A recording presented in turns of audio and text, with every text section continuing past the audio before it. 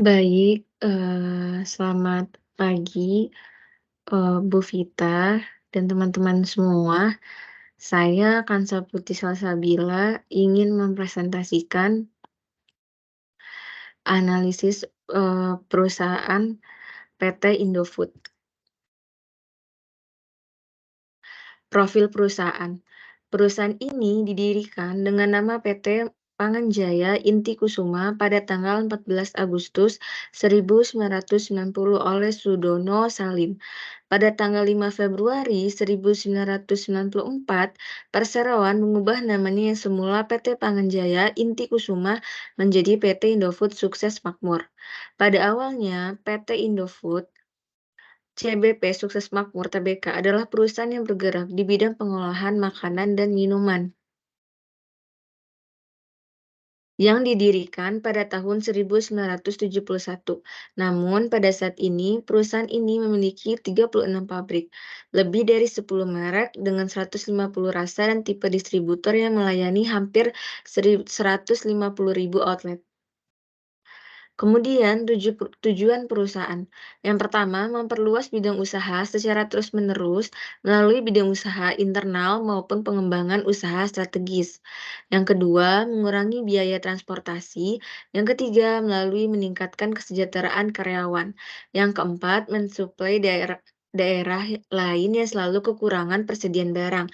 Yang kelima, berperan serta dalam pelestarian lingkungan hidup dan peningkatan kesejahteraan masyarakat.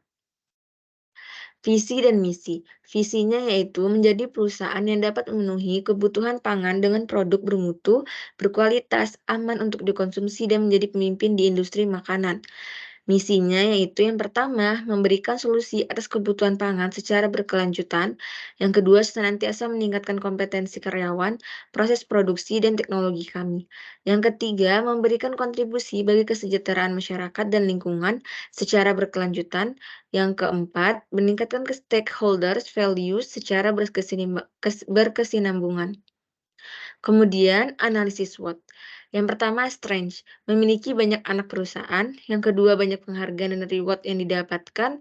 Yang ketiga memiliki divisi R&D internal sehingga tidak membutuhkan R&D eksternal. Yang kemudian ada weakness. Weakness yaitu yang pertama terlalu banyak brand yang dikeluarkan. Yang kedua permintaan pasar yang belum terpenuhi. Yang ketiga ketersediaan bahan baku yang belum mencukupi khususnya produksi di luar negeri.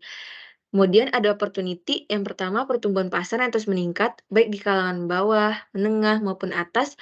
Yang kedua segmentasi pasar yang tidak terlalu signifikan. Yang ketiga pola hidup masyarakat akan kebutuhan mie instan yang cukup tinggi. Yang keempat memanfaatkan e-bisnis dalam membantu mengembangkan bangsa pasar. Dan terakhir ada treats.